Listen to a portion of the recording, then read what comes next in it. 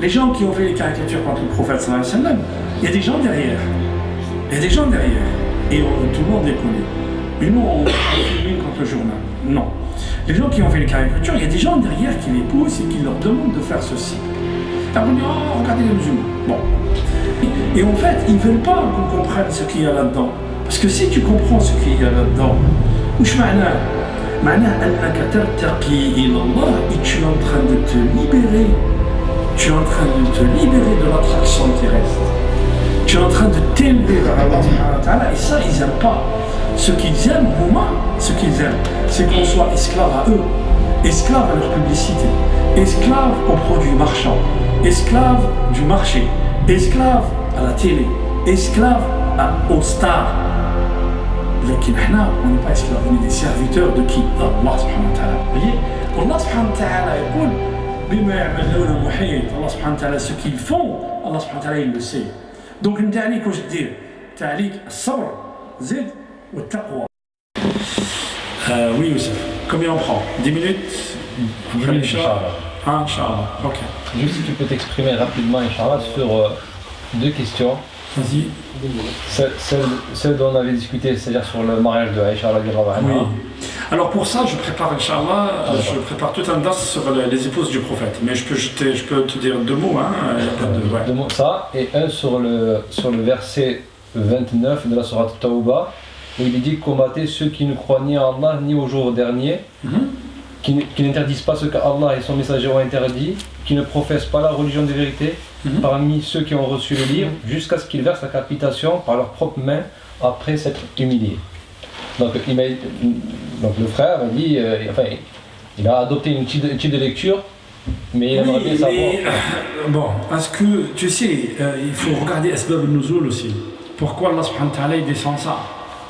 Pourquoi Allah subhanahu wa ta'ala descend ça? Pourquoi? Parce que Byzance était en train de préparer une armée contre le prophète sallallahu alayhi wa sallam. Il faut regarder les faits historiques aussi. Donc si tu ne connais pas les faits historiques, pourquoi Allah subhanahu wa ta'ala, il y a eu Ghazwat Tabouk, sur la Tawbah, nous avons fait Ghazwat Tabouk. Ghazwat Tabouk c'est quoi?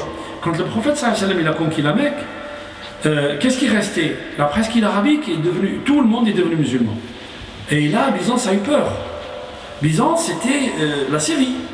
Byzance c'était la capitale, c'était Constantinople, il y a Istanbul aujourd'hui, toute la Turquie, hein, et la Syrie, si vous regardez la carte un peu. La Syrie, ce qu'il y a la Jordanie aujourd'hui, Palestine. Donc, Byzance a eu peur. Comme il y avait des rois dans ces contrées, Héraclius, qu'est-ce qu'il a fait? Il a réuni tous ces rois, ils ont fait une grosse armée, et ils voulaient attaquer le prophète sallallahu alayhi wa sallam. Alors le prophète, Allah subhanahu wa ta'ala lui descend, qatiluhum, allez les combattre. Ceux qui veulent vous combattre, allez les combattre. Et c'est là où le prophète sallallahu alayhi wa sallam il fait une armée et il va les combattre. Donc il faut remettre les choses dans leur contexte aussi. Ok? Allah subhanahu wa ta'ala, sur la Al-Mumtahana, il dit La yanhakum Allah an alladhina lam yuqatilunakum wa lam yuqatilunakum. Allah subhanahu wa ta'ala il nous dit ça. Allah subhanahu wa ta'ala nous dit que celui qui ne te fait pas de mal, Allah subhanahu wa ta'ala ne te demande pas de lui faire du mal. Non. Mais celui qui vient t'attaquer, tu ne vas pas laisser t'attaquer. Ça, meilleur ou ahad. Celui qui te dit si on te frappe sur la joue droite, donne-lui la joue gauche, ça c'est faux. Hein. Même chez eux, c'est pas vrai. Hein. Parce qu'ils n'ont pas la joue gauche, hein. C'est pas vrai ça. Donc si tu vois les États-Unis ce qu'ils font en Irak, ils ne tentent pas la joue gauche. Hein. Donc bon. Ça c'est la première pour Aïcha. Alors, votre prophète c'était quelqu'un, un homme à femme, c'était. Bon, on va préparer ça, enfin je vous dis la semaine prochaine, la semaine d'après, Inch'Allah, sur chaque épouse, comment il a épousé le prophète sallallahu alayhi wa sallam. Alors, le prophète sallallahu alayhi wa sallam, la seule épouse avec qui il a vécu 25 ans, vous savez qui c'est? Khadija. Voilà. Khadija, il a vécu avec elle jusqu'à ce qu'elle décède. Il n'a jamais épousé une autre. Jamais. Il a épousé une autre personne. La première personne qu'il a épousée après Khadija, c'est Zaynab bint Khuzayma. Zaynab bint Khuzayma, elle était plus âgée que lui. C'était Zawjat Ubayd ibn al-Harith. Ubayd ibn al-Harith, vous avez vu Risala, vous avez vu les trois qui sont sortis là, Hamza ou Ali, Ghazwat Badr. Hein? Ghazwat Badr, ils ont dit qui c'est qui va nous combattre. Et il y avait Hamza, il y avait Ali et Ubayd ibn al-Harith. Hamza il a tué son adversaire, Ali aussi, et Ubayda il est mort dans cette bataille, fait Ghazwat Badr. Ubayd ibn al-Harith il est mort à cette bataille. Zawjatuhu, sa femme, elle était quoi? Elle était infirmière, elle soignait les blessés. Comme son mari est mort et qu'elle est restée seule, le prophète sallallahu alayhi wa sallam, il l'a épousée. Elle avait 60 ans et elle est morte à 62 ans. Donc quelqu'un, un homme à femme, ne choisit pas une femme de 60 ans qui a 10 ans de plus que lui. Le prophète même, non, le prophète elle avait 53 ans, 55 ans, elle avait 50 plus. Okay, elle avait 50 plus que lui. Aïcha, quand le prophète sallallahu alayhi wa sallam a épousé Aïcha, si vous regardez bien, le prophète sallallahu alayhi wa sallam a épousé Aïcha bint Abi Bakr. Il a épousé Hafsa bint Omar. Et Hafsa, quand elle a épousé le prophète, elle était armana et elle avait 4 enfants. Donc son mari est mort, il a demandé en mariage le prophète sallallahu alayhi wa sallam. Pourquoi? Pour créer des liens d'alliance entre son premier ministre, si vous voulez, et son second ministre, qui était Omar ibn Khattab. Le premier ministre, c'était Abu Bakr.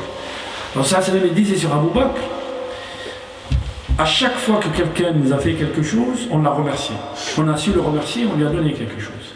Sauf Abu Bakr. On ne pourra jamais le remercier. Et celui qui le remerciera pour nous, c'est Allah subhanahu wa ta'ala. Et si je dois choisir quelqu'un comme Khalil, un ami intime, je choisirai Abu Bakr. Ou ma nafa'ani mal.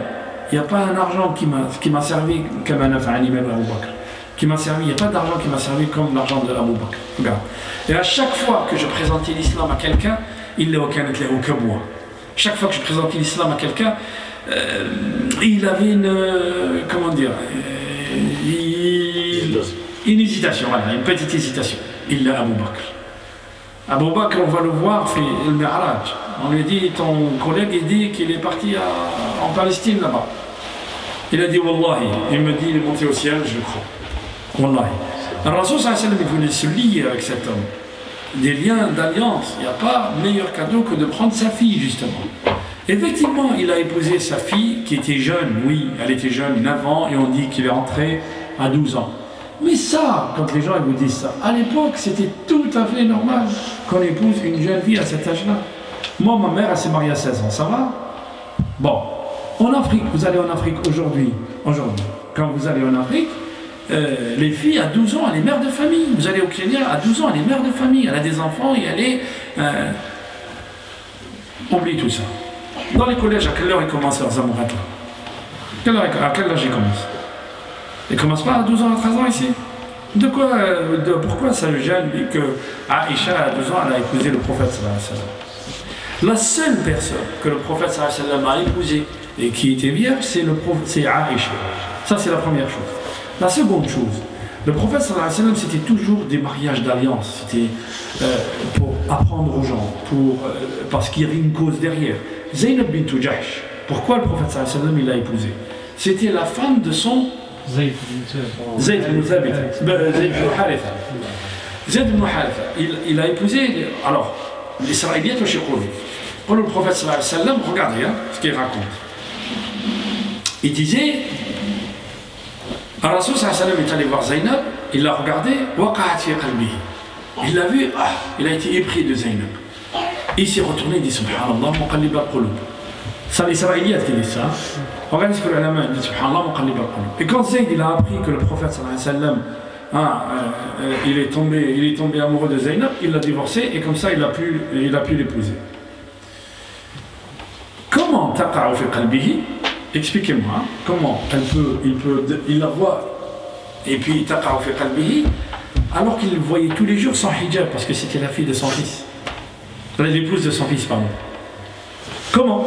Tous les jours il la voyait. Elle était avec lui à la maison. Et vous voyez le mensonge.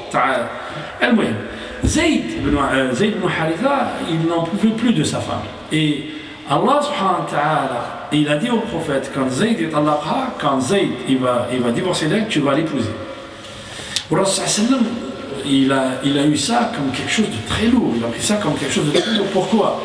Parce que surtout le munafiqin à l'époque ou le munafiqin aujourd'hui. Toi tu construis, le munafiqin vient et te dit non, ça c'est pas bien, le jarh ou ta'dil, celui-là il faut faire attention, tout ça. Toi tu construis, c'est ce qu'ils disent à l'époque, c'est ce qu'ils disent aujourd'hui. C'est la même chose. Mais nous avons la certitude quand nous allons rencontrer Allah subhanahu wa ta'ala. Allah subhanahu wa ta'ala connaît ce qu'il y a dans les cœurs. Allah subhanahu wa ta'ala yahkumu baynana yawm al-qiyamah. Ok? Nous avons la certitude. S'il n'a pas la certitude, alhamdulillah, inshallah, nous Allah. Ok? Zayd ibn Haritha, il vient voir le prophète, il dit ya Rasulullah, elle me fait des misères, j'en peux plus, il faut que je divorce. Allah subhanahu wa ta'ala après il lui dit Allah subhanahu wa ta'ala, après il lui dit, je lui dis, le frère, il y a la caméra là-bas. Pardon. Allah subhanahu wa ta'ala يقول له وتخفي في نفسك ما الله مبديه وتخشى الناس والله أحق أن تخشاه. Aïcha a dit, s'il y avait un verset que le prophète sallallahu alayhi wa sallam devait cacher, ça aurait été celui-là. Yani Rasoul, insan, c'est un homme. Takhsha an-nas, il craint ce que les gens vont dire. Et il le savait ça, c'était dans son cœur. Il ne l'a pas dit à personne. C'est Allah subhanahu wa ta'ala qui sait ce qu'il y a dans le cœur du prophète, comme il sait ce qu'il y a dans nos cœurs à nous. Donc quand Zayd, il divorce d'elle, dès qu'il divorce, alors ça, c'est la demande de mariage. Pourquoi? Parce que c'est ce que je vous disais tout à l'heure. Fil Jahiliya, il épousait la femme de son père. Et comme on disait, Zayd ibn Haritha, donc il prenait quelqu'un, il l'adoptait, il lui donnait tout. C'était comme son vrai fils. Allah subhanahu wa ta'ala, non, ce n'est pas ton fils. Et donc pour montrer que ce n'est pas son fils, il épouse l'épouse de son fils. À partir de ce jour-là, quand Allah subhanahu wa ta'ala dit كانوا يقولون له زيد بن محمد. Alors Rasul sallallahu alayhi wa sallam, il lui dit Anta Zayd ibn Harith.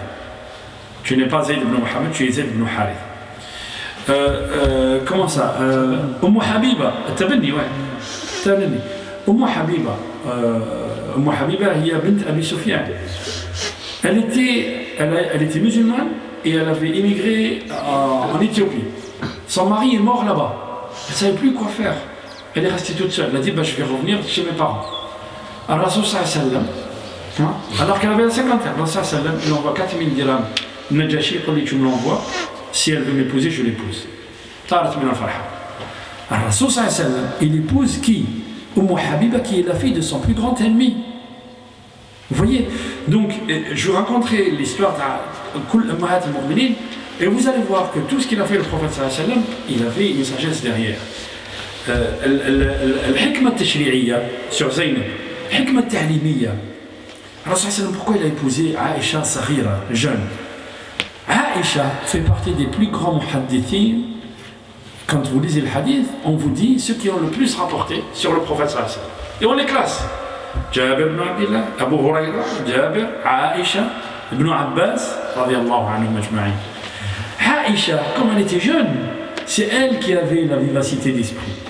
Et on disait que les Sahaba, quand ils avaient un problème juridique, ils allaient voir Aïcha. Aïcha, elle vivait avec le prophète. Et le prophète, il vivait avec plusieurs femmes. Un jour, il y a une femme qui vient et dit, Ya Rasulallah, comment je me purifie de mes menstrues? Le prophète, il dit, tu prends un peu de coton, tu l'humidifies, tu mets un peu de parfum et comment je me purifie? Comment? Qu'est-ce qu'il va lui expliquer le prophète? Il y a des choses, Aïcha a dit, j'ai pris la femme par la main, j'ai dit viens, tu suis les traces du sang, tu vas à tel endroit, voilà. Donc il y avait des choses qui devaient transmettre aux femmes. S'il n'y avait pas les épouses du prophète qui transmettaient ce qui se passait à l'intérieur du foyer, qui va les transmettre? C'est pour ça que le prophète il en avait plusieurs, ça c'est premièrement. Et seconde, bon, on va parler de tout ça, Inch'Allah. Mais Aïcha, c'était celle qui était en âge d'apprendre aussi. Donc elle a appris énormément de choses du prophète qu'elle a transmises après. Vous voyez? Donc, si vous voulez la semaine prochaine, on le fait. On le fait sur Azwaj al-Nabi. La semaine prochaine, c'est... Ou la semaine d'après, c'est quand vous voulez. C'est vous qui voyez. La semaine prochaine, Inch'Allah. Ok. Est-ce que j'ai répondu à cette question? Très bien. Vous avez d'autres questions? Sinon, moi j'ai une question que m'a posée un frère.